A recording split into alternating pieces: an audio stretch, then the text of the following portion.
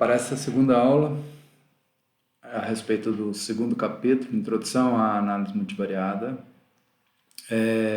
do meu livro Estatística Multivariada, publicado pela editora UFLA, nós vamos dar prosseguimento à nossa segunda aula. Foi uma aula anterior um pouco mais longa, né? Porque tinha muito tópico, espero que essa seja mais curta um pouco. Então, nós fizemos uma introdução, falamos de variáveis aleatórias multidimensionais e o que é uma amostra aleatória. Vamos agora para estatísticas descritivas. Então, nessa aula, nós falaremos sobre as estatísticas descritivas multivariadas. Então, nós vemos que os parâmetros de uma distribuição de probabilidade, né, tipo sua média, né, da média da variável aleatória ou da distribuição da variável aleatória, que é o mais correto falar, a covariância da distribuição da variável aleatória e outras medidas que nós vamos apresentar aqui também como complementar são quantidades populacionais. E agora nós vamos falar de estatísticas descritivas. O que nós podemos, por exemplo, usar para estimar a média da distribuição da variável aleatória? O que nós podemos utilizar para estimar a covariância? Então, quais são os estimadores? Né? Então, isso aqui é estatísticas descritivas, né? Que são medidas sumariadoras da distribuição do ponto de vista amostral, que a gente usa para caracterizar uma população a partir dos dados de uma amostra. Então, se a gente considerar uma amostra aleatória, então que cada elemento y1, y2, yn, que é um vetor em RP dos reais, p-dimensionais, cada um deles, eles têm a mesma distribuição de probabilidade, vieram de uma mesma população. A população para nós é um modelo de probabilidade subjacente, e portanto, são identicamente distribuídos e também são independentes, né? Porque a amostra é aleatória. A média amostral ela é definida de que forma? Né? Então, y barra, o vetor das médias amostrais é a soma desses vetores, y1 mais y2 mais yn, dividido por n. Ou seja, a soma dos y índice j, dos vetores yj, j variando de 1 a n, dividido por n.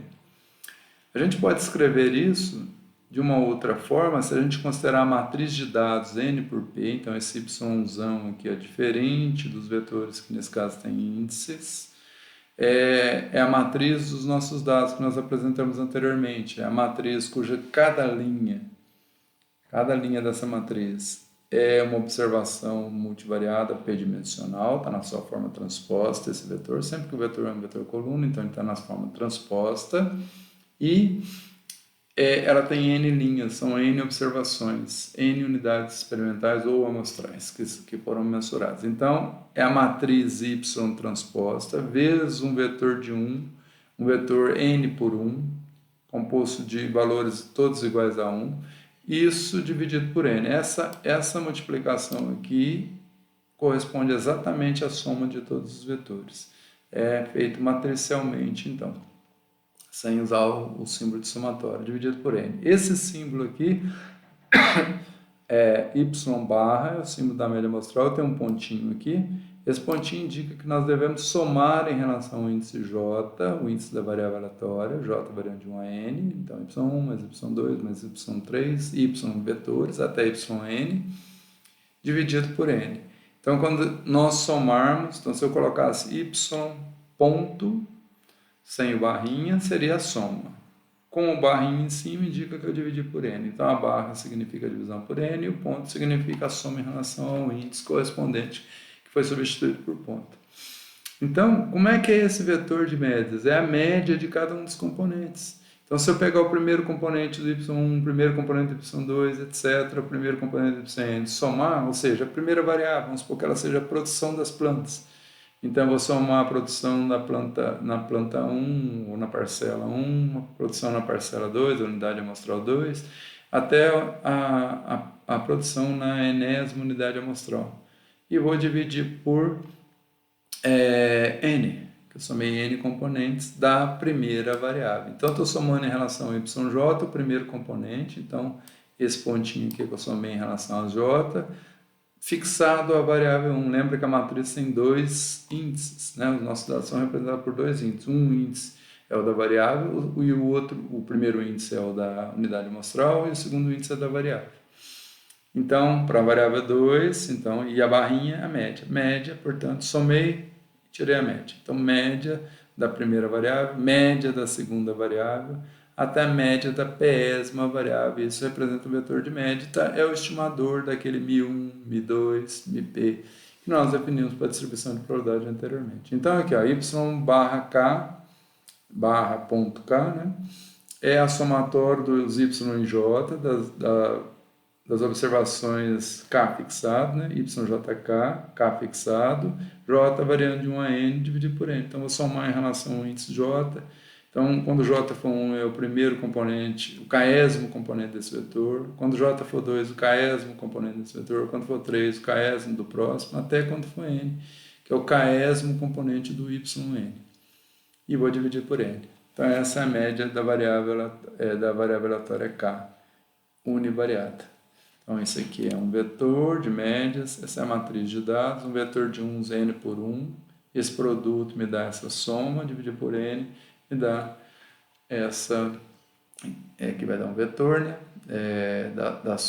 Das somas, né? de cada componente. Então, vai dar essa soma desses vetores, que isso aqui então é um vetor das somas, isso aqui é um vetor, essa soma resulta num vetor p-dimensional, aqui também. E a hora que eu dividir por n, eu tenho as médias de cada variável, quando k for 1, quando k for 2, quando k for p. A matriz de covariâncias amostral é o estimador daquela matriz sigma. Então, S1, S22, SPP na diagonal são as variâncias amostrais. Então, lembrando que o nosso símbolo de variância é duplicar o índice. Então, a gente não usa S ao quadrado, índice 1, S ao quadrado, índice 2. A gente pode até usar isso. S ao quadrado, índice P, mas preferencialmente a gente duplica o índice, isso significa variância. E fora da diagonal, nós temos as covariâncias. Covariância da variável 1 com a 2, 1 com a P, a 2 com a P, até a P menos 1 com a P, na última linha aqui. E lembrando que essa matriz é uma matriz simétrica, a parte baixa é igual à parte de cima, né? Simétrica em relação à parte de cima. S12 igual a S21, S13 igual a S31 e assim por diante. Então, essa é a matriz de variância e covariância. Então, cada um desses componentes da diagonal são variância, e fora da diagonal são covariância, a gente chama ela de matriz de covariâncias, ou matriz de covariância, sem o S, então há uma controvérsia aqui. Eu gosto de falar de covariância porque ela tem P ao quadrado componentes que são todos covariantes, alguns idênticos, né? Porque é por causa da simetria. Então, S ao quadrado K é a variância da késima variável, que nós preferencialmente representamos por S índice KK, K variando de 1 a P. Então, ela é dada pela soma dos desvios ao quadrado de cada observação K fixado, em relação à média amostral ao quadrado. Então, a soma dos desvios ao quadrado em relação à késima média amostral, da késima variável, somados em relação a todas as unidades amostrais, J variando de 1 a N, e o divisor é N-1, que tem uma razão especial para ser N-1 e não N. Então, é quase que a média dos desvios ao quadrado de cada observação para a média amostral. Isso me dá a variância amostral da késima variável, se o K variar de 1. Na hora que eu mudar o K de 1 para 2, eu estimo a covariância populacional sigma 22 através do S22. Eu vou ter o S22, quando o K for 3, eu vou ter o S33, até o K igual a P, que eu tenho o SPP, que são os elementos da diagonal.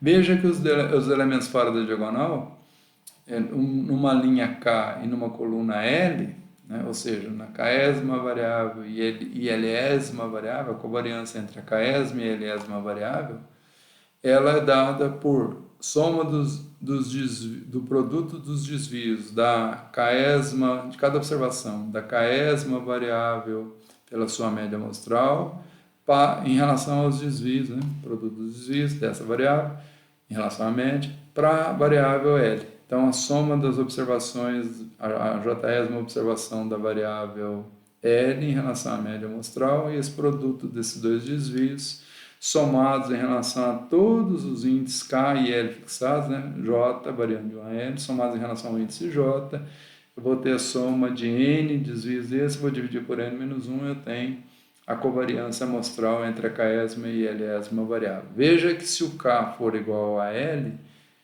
então essa expressão aqui fica YJK menos a média da Késima variável, YJK menos a média da Késima variável, ou seja, fica igual a essa expressão aqui em cima. Ou seja, a variância da Késima variável é a covariância de uma variável com ela mesma. Por isso a duplicação dos índices. Tá? Se o K é igual a L, então essa expressão se transforma na variância. Por isso que toda variância é uma covariância da variável com ela mesma. Como que e a covariância significa como que as variáveis covariam simultaneamente, uma em relação à outra. Então, se a covariância é positiva, elas tendem a ter grandes valores conjuntamente, pequenos valores conjuntamente e médios valores conjuntamente. E quando a covariância é negativa, ocorre o contrário. E quando a covariância é em torno de zero, não existe uma relação de covariação bem definida, ou seja, se uma variável crescer, a outra pode assumir quaisquer valores de forma quase que independente.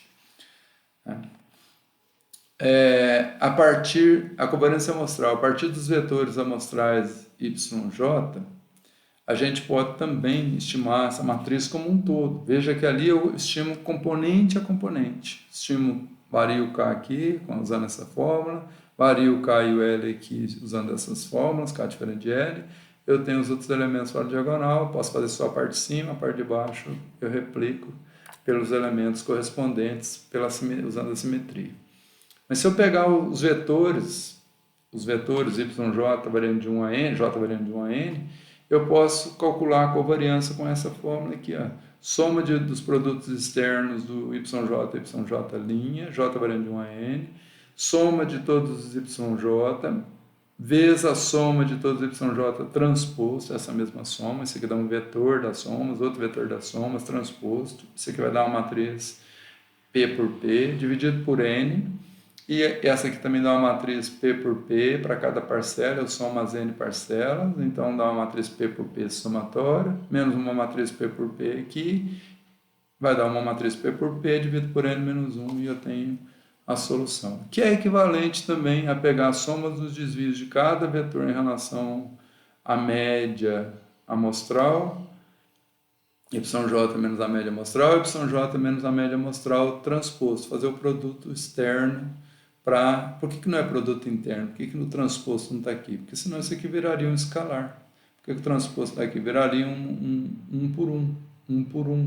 Né? Se tivesse transposto aqui, não. Então, 1 por 1, então a minha covariância seria 1 por 1. Isso não faz sentido. A covariância é P por P, porque eu tenho P variâncias e P menos 1 sobre 2, ou seja, P combinação de P 2 a 2 covariância. E a parte de baixo, a parte de cima e a parte de baixo é simétrica em relação à parte de cima ou vice-versa. Né? Estima a parte de baixo e a parte de cima é simétrica. Então, eu posso usar essa fórmula, que é a mais usual para fins computacionais, ou essa aqui, que também pode ser usada. E é equivalente, é só expandir.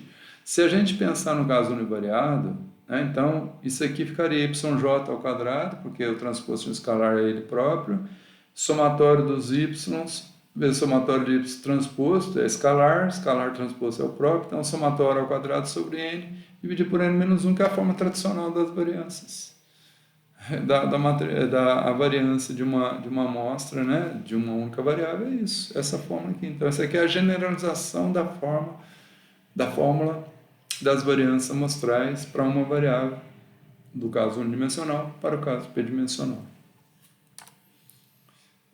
E nós podemos ainda partir da matriz dos dados. Agora, considerando a matriz n por p dos nossos dados, essa fórmula aqui, ó, y', me dá essa soma aqui, ó, a soma dos vetores, porque eu vou multiplicar uma matriz y, lembrando que ela está com cada vetor multivariado. Pensa na matriz y como um vetor de vetores, né? Mas pensa num vetor como se fosse um componente que está na forma transposta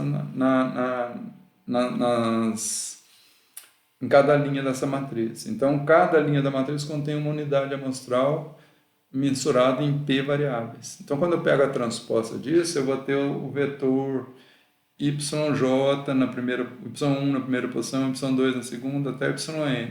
Quando eu multiplicar pela Y, eu vou fazer o produto como se fosse o produto interno de um vetor pelo outro. Então, eu vou ter Y1 com Y1 transposto, porque o Y está transposto na sua primeira linha, mais, quando eu multiplicar a segunda linha, a segunda coluna da primeira matriz, que seria um vetor, né? Um vetor de vetores, multiplicado pelo segundo elemento, a segunda linha do outro vetor de vetores. Então, dá y2, y2 transposto, mais y3, y3 transposto. Então, isso aqui dá essa soma.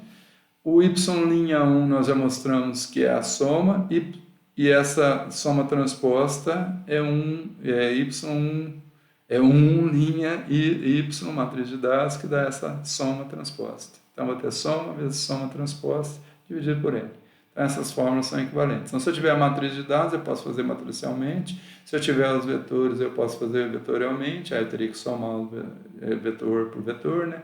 E os vetores são as observações. Cada YJ tem uma observação multivariada, mensuradas em P variáveis, em cada unidade amostral. J variando de 1 a N, tem N unidades amostrais. Se colocarmos em pré-evidência nessa última fórmula, então essa fórmula, o y, e pós-evidência o y, aqui vai sobrar uma matriz de identidade de ordem n. Aliás, de ordem n, isso mesmo, de ordem n. Então, essa matriz de identidade de ordem n, aqui, e aqui, eu colocando em pré-evidência essa matriz e pós-evidência essa, vai sobrar 1 linha, dividido por n. Então, se eu fizer isso, aqui em pré-evidência o y e pós-evidência, sobrou uma identidade que está camuflado naquele primeiro produto, sempre tem uma identidade no núcleo de um produto entre duas matrizes, 1 sobre n e 1 linha. Isso aqui, um vetor de 1, o outro vetor de 1 transposto, de ordem n, então dá uma matriz n por n também. Então, essa matriz aqui, se vocês observarem, né, ela é uma matriz de 1, então na diagonal, isso aqui tem 1 na diagonal e 0 fora dela, então na diagonal fica 1 menos 1 sobre n, e fora, em todas as posições da diagonal, e fora da diagonal fica 0 menos 1 sobre n, então dá menos 1 sobre n. Então, na diagonal fica 1 menos 1 sobre n, que é n menos 1 sobre n, e fora da diagonal fica menos, negativo, né, 1 sobre n. E se eu chamar essa matriz núcleo aqui de Q, eu vou ter essa expressão aqui, ó, que é uma forma quadrática generalizada que nós acabamos, que nós vamos estudar daqui a pouquinho, na verdade. Não acabamos, não. Vamos estudar numa próxima aula. Então, fazendo isso, eu tenho uma matriz Q, que é a chamada matriz de projeção. Essa matriz I menos 1 sobre N, 1 transposto. E ela é idempotente e simétrica. Tá? Então, ela é uma matriz simétrica, porque todos os elementos fora da diagonal é menos 1 sobre N. E na diagonal está N menos 1 sobre N. Portanto, se a gente multiplicar Q ao quadrado, que é Q vezes Q, dá a própria Q, e a transposta dela é igual à própria matriz, porque ela é simétrica. Uma consequência, então, é que essa é positiva semidefinida ou não negativa definida. Que é uma outra forma de classificar positiva semidefinida. Ou semipositiva definida, né? Como eu classifiquei lá atrás. Já mudei até a minha própria redação aqui. Porque eu estou com alguns slides aqui, esse slide tem uma parte que é mais antiga. Eu já mudei, então não pode ser que vocês encontrem no meu livro nomenclaturas um pouquinho diferentes. Então, para provar isso, vamos fazer uma forma quadrática da nossa matriz S, né? Que é dada por essa expressão aqui. Ó. Então, S é nessa forma quadrática generalizada, que nós vamos ver daqui a pouquinho, envolvendo a matriz de dados e não vetores. Então, nós vamos ter a linha SA. Então, substituindo o S pela definição lá, o n-1 eu pus em evidência, que é um escalar, a linha, a matriz S, mas dividir por n-1 para dar S, né? Mas põe em evidência aqui e vezar. Essa forma quadrática, então 1 sobre n menos 1, a linha, y', q', QYA. Por que eu apareceu aqui Q? Eu separei duas partes aqui, mas por que Q'? Por que Q'? Como a Q é igual a Q, a Q' é igual a Q, porque ela é simétrica, e a Q ao quadrado é igual a Q, porque ela é indepotente, então eu posso criar uma nova matriz Q aqui, pois ela na forma transposta para isso aqui ser o transposto desse elemento aqui. Se eu chamar isso aqui de x, um vetor x, que é um vetor n dimensional, eu vou ter x', esse aqui de x, né? Eu vou ter x' aqui, porque esse aqui é exatamente o transposto daquele lá, x' é x, e está dividido por n menos 1. Ora, então x' é x é a soma dos componentes de x ao quadrado, j de 1 a n, e isso está dividido por n menos 1, como n é um número maior ou igual a 2, porque é o tamanho da minha amostra, isso aqui é positivo esse coeficiente, e somar componentes ao quadrado só se todos os valores forem zero, daria zero. Se tiver um menos 1x diferente de zero, essa soma é maior que zero. Portanto, essa soma aqui é maior ou igual a zero, dá para provar que ela é maior ou igual a zero. Eu não posso garantir que os valores de x serão todos, ao menos um vai ser diferente de zero. Ele nunca vai ser o vetor nulo. Portanto, dá para garantir que a linha SA é semi-positiva definida. Tá? Então, ela tem altos valores ou positivos ou nulos, mas nunca altos valores negativos, em que o x ali foi definido como QY de A. Tá? Para todo A que eu escolher. Então, Q vezes Q, que é o quadrado é Q, porque ela é indepotente de onde surgiu isso aqui. E como um dos Q, o Q é simétrico, Q', eu posso substituir por o Q por Q', que não muda nada, porque ele é igual ao próprio Q. Então, Q' Q é igual a Q vezes Q, que é igual a Q. A matriz de somas de quadrados e produtos amostral é representada por W.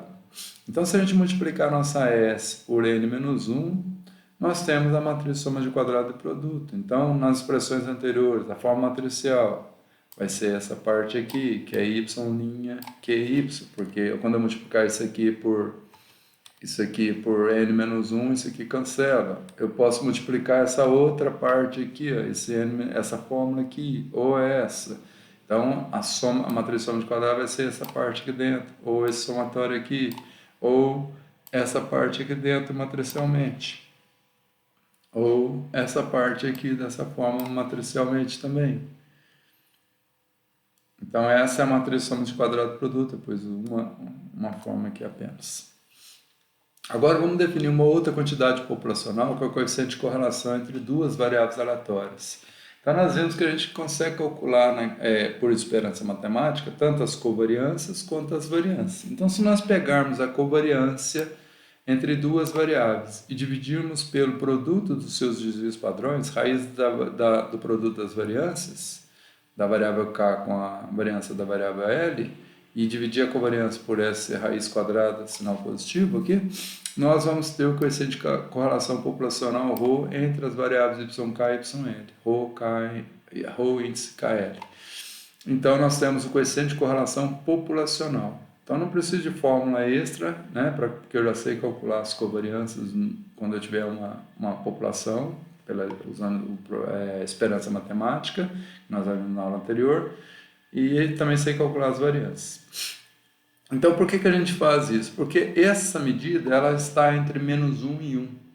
Então, a covariância está numa escala que vai de menos infinita a mais infinita. Então, se eu faço duas variáveis têm covariância 100. É uma covariância positiva, então ela tem uma associação positiva, mas ela é forte ou fraca? Não dá para eu falar. Mas, transformando em correlação, se essa correlação for, por exemplo, 0,9, então aquele 100 vai virar um 0,9. 0,9 está muito próximo de 1, então a correlação é positiva e forte. Se for negativa e for menos 0,9, ela é negativa e forte. As variáveis correlacionam de forma inversamente proporcionais. Aumentando os valores de uma, a outra tende a diminuir. E essa correlação é forte. Então, eu consigo medir a magnitude de uma covariância se eu padronizo essa covariância. Então, o ρ é o coeficiente de correlação entre as variáveis yk e yl numa escala padronizada. Ou seja, se eu padronizar o yk, padronizar o yl, padronizar as duas variáveis e estimar a covariância dessas novas variáveis, que seriam as variáveis originais padronizadas, isso é a covariância desse novo par de variáveis padronizados. Mas eu não preciso fazer isso, eu padronizo a covariância diretamente usando a definição do coeficiente de correlação. Então, o coeficiente de correlação é a covariância entre duas variáveis numa escala padronizada. O que é uma escala padronizada? Quando as variáveis têm variância igual a 1. Tá? Não precisa ter média zero nesse caso, basta ter variância igual a 1. As duas. Tá? Elas estariam padronizadas. Elas possuem domínio no intervalo que vai de menos 1 a 1. Não tem esse E que não é ponto e vírgula. A covariância é uma vírgula, né? Intervalo de menos 1 a 1 dos reais. A covariância possui domínio no intervalo de menos infinito a mais infinito, então por isso é difícil de interpretar. Pode não nos fornecer uma ideia precisa se a associação linear entre as variáveis é forte ou fraca, como o exemplo que eu dei da covariância 100. Quando eu transformei, deu 0,9, por exemplo. 0,9 é forte, porque é uma correlação, o máximo é 1, mas 100 eu não sei se é forte ou se é fraco. Se fosse 1000, depende da escala das variáveis, então fica muito difícil avaliar a magnitude da associação linear entre duas variáveis olhando para o valor do parâmetro σKL, que é a covariância populacional. São quantidades populacionais por enquanto, né? Na escala padronizada, um valor muito próximo de 1 ou muito próximo de menos 1 indica que as variáveis estão fortemente associadas. Isso quer dizer, que é a questão de correlação população, isso quer dizer que os grandes valores de uma variável estarão associados a grandes valores da outra, se a associação for positiva. E de mesma forma, grandes valores de uma variável estarão associados a pequenos valores da outra, se for negativa, essa associação linear, tá, gente? Mede a associação linear entre as variáveis. Se o coeficiente de correlação populacional for zero, indicará que as variáveis não possuem associação linear. Mas não quer dizer que não possua outro tipo de associação. A linear não existe. Para a gente obter a matriz de correlação, a gente pode fazer isso para todos os elementos, aplicar aquela forma para todos os elementos. Obviamente, se eu fizer isso na diagonal, vai dar 1. Ou eu posso fazer isso de forma matricial. Então, eu obtenho uma matriz de correlação P por P. Então, se eu definir uma matriz V, que é a diag da sigma, então, é uma matriz diagonal com as variâncias na sua diagonal, de cada variável. Então, diagonal, 0 fora diagonal, e as variâncias, sigma 1 na primeira posição, sigma 2, 2, até sigma pp na última posição da diagonal. A V é menos meio, portanto, é 1 sobre a raiz quadrada dessas variâncias, ou seja, 1 sobre o desvio padrão em cada posição da minha matriz diagonal, V menos meio. Então, se eu pegar a minha sigma, pré-multiplicar pela V menos meio e pós-multiplicar pela V menos meio, eu estou aplicando aquela fórmula em cada uma das posições. Então, com isso, eu tenho a matriz de correlação. Ela é 1 na diagonal, ρ1, 2, que é igual a ρ2, 1, que é simétrica, ρ1, 3, que é igual a ρ3, 1, ρ1P, e assim por diante, até o ρP menos 1 com P. Na penúltima posição aqui, ρP com P, obviamente, é 1. A correlação da variável com ela mesma é 1, sempre.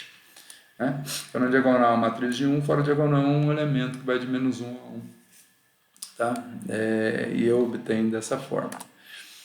Se eu fizer a mesma coisa com a matriz S, diagonalizar a matriz S, criando uma matriz D, eu vou ter as variâncias na diagonal, pegar D menos meio, que é 1 sobre o desvio padrão de cada variável, a matriz diagonal dessa forma, pré-multiplicar essa, veja, é uma fórmula plugin. Estou fazendo um estimador plugin desse parâmetro aqui. Eu vou ter a matriz de correlação amostral.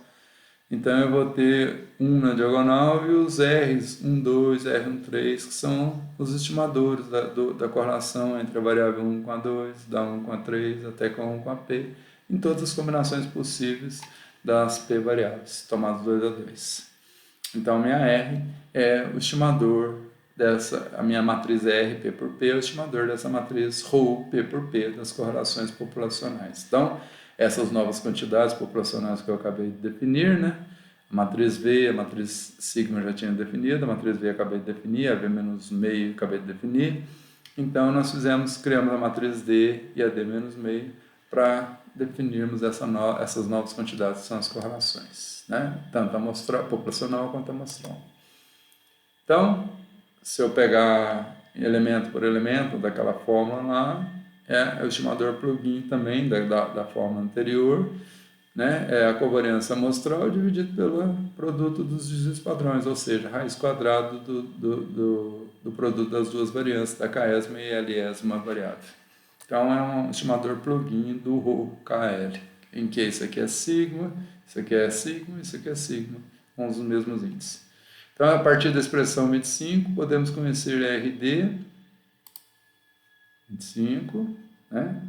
Conheço RD, e eu posso recuperar a matriz de covariância facilmente. Então, se eu fizer a operação inversa, pré-multiplicar R pela DA meio e pós-multiplicar pela DA meio, em que DA meio é a matriz diagonal dos desvios padrões, eu recupero.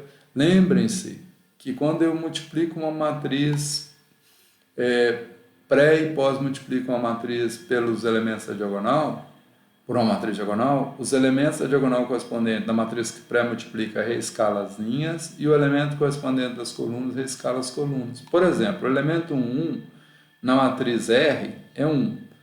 Na AD-1 está a raiz quadrada do S11. Na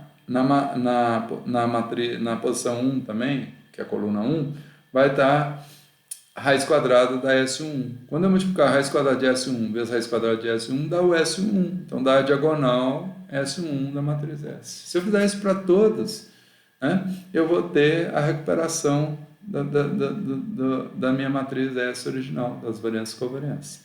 Então, veja que a SKL é a correlação vezes o produto dos desvios padrões. Raiz de SKK vezes raiz de SLL. Ou raiz quadrada do produto das variantes, vezes o coeficiente de correlação. Isso vale tanto para a covariância amostral, quanto valeria também para a covariância populacional. Então, se eu multiplicar a V a meio, a ρ V a meio, eu obtenho a matriz sigma, recupero a matriz sigma, do mesmo jeito. Então, aquele exemplo que nós havíamos considerado, dessa densidade, y1 ao quadrado, 4/3 y2, o suporte das variáveis aleatórias entre 0 e 1, para as duas, né? Então está no quadradinho, no R2, obter 0,1, né? 0,1, 0,1, obter as matrizes de correlações populacional a partir da matriz de covariâncias que nós tínhamos obtido lá.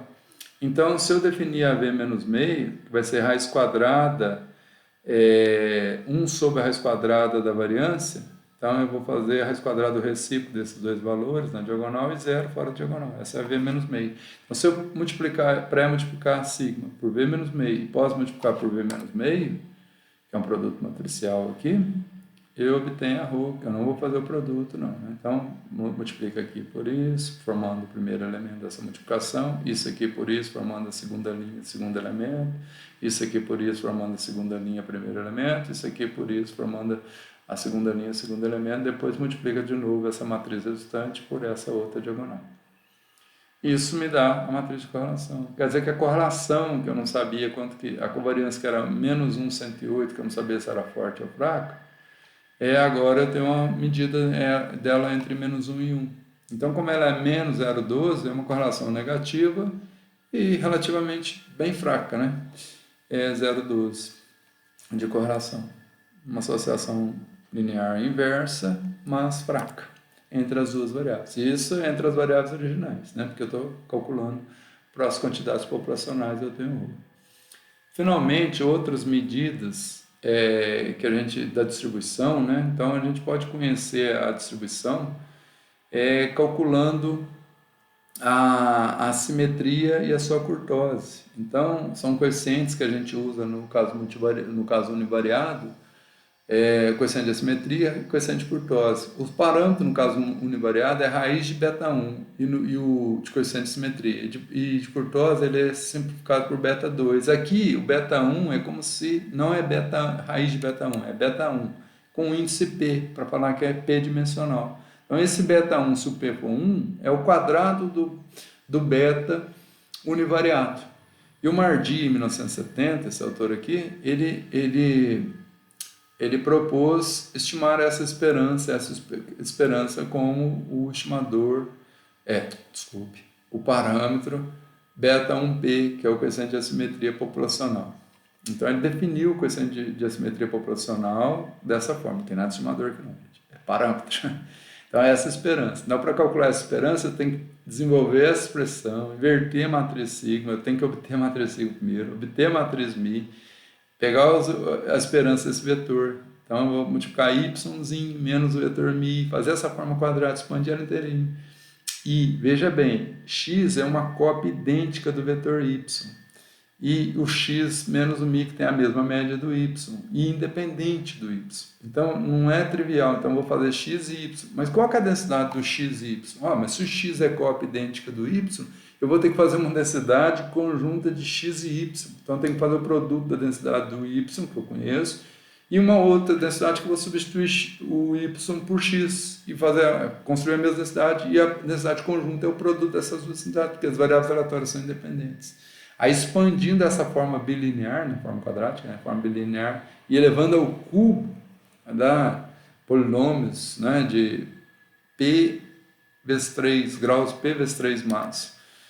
Aí eu consigo calcular esse coeficiente de assimetria. E o coeficiente de Curtosa é essa outra esperança. Aqui não, é a mesma variável, então eu pego essa função, mas eu preciso conhecer a média primeiro, a covariância, invertê-la, fazer esse polinômio aqui, expandir essa forma quadrática, que vai dar termos quadrados de duplos produtos, e elevar ao quadrado, que vai dar o quarto grau. E eu vou ter o beta 2, índice π para a pésima dimensão, né? Se eu tiver dimensão P.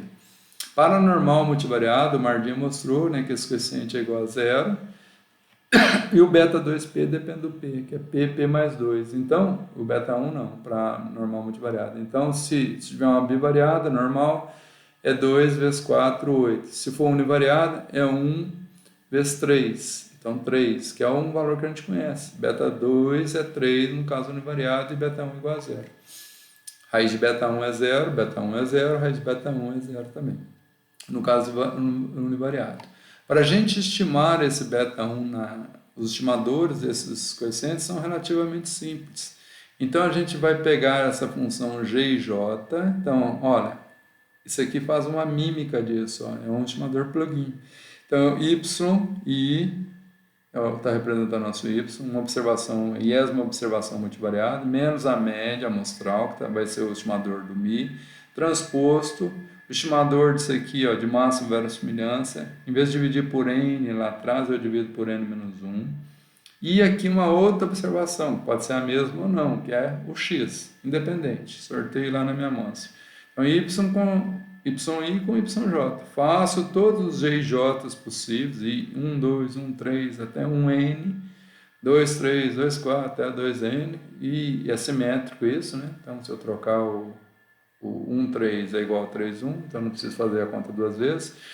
Então, se eu somar todos os g e j, e quando o i for igual ao j, eu vou cair nessa expressão de k, não nessa, né?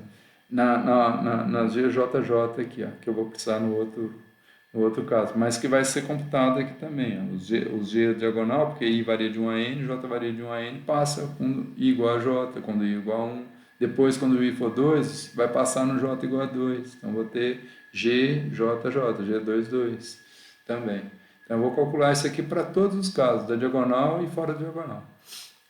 E se eu somar os G e J ao cubo, para toda a minha matriz de todos os pares, que é a matriz n por n, ao cubo e dividir por n ao quadrado, porque a esperança é o cubo, eu estou fazendo uma mímica disso, eu estou tirando a média dessa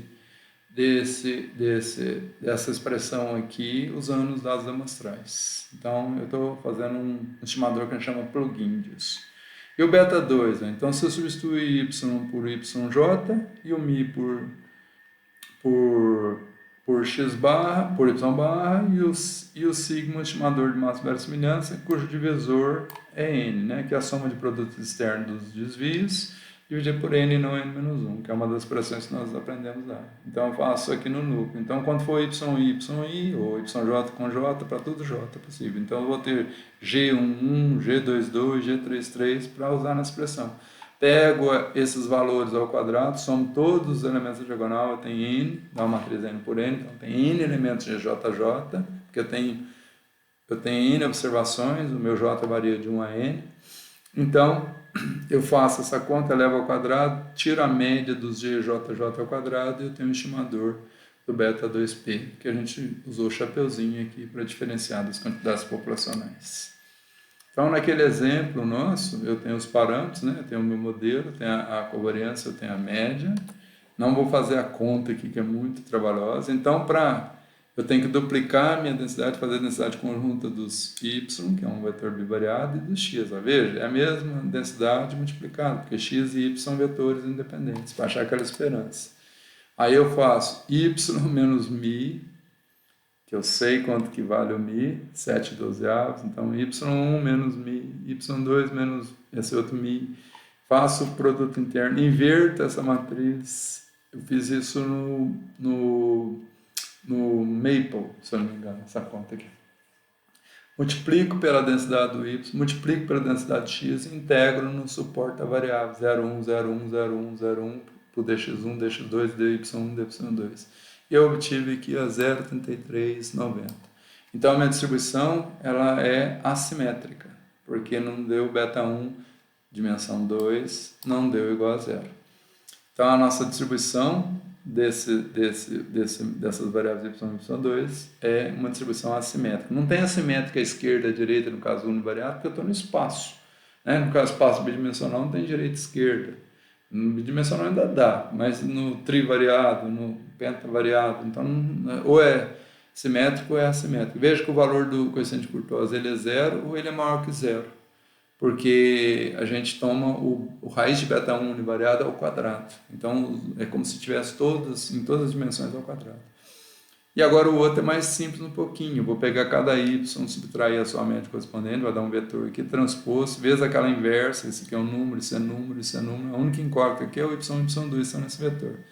Faço essa conta, multiplico por esse polinômio, vai dar um polinômio aqui de quarto grau, multiplico por isso, integro em relação a y1 e y2, 0 a 1 no suporte da variável, achei 5,98, 5,99. E o valor da Courtois para o modelo normal de referência é 2 vezes, que é, o P é 2, né? 2 vezes 2 mais 2, 4, vezes 2, 8. Então é 8. Então o nosso modelo, comparado com a distribuição normal, é um modelo mais achatado. Se ele fosse maior que 8, daria um modelo mais afilado, estaria mais concentrado em torno do valor central, que é a média.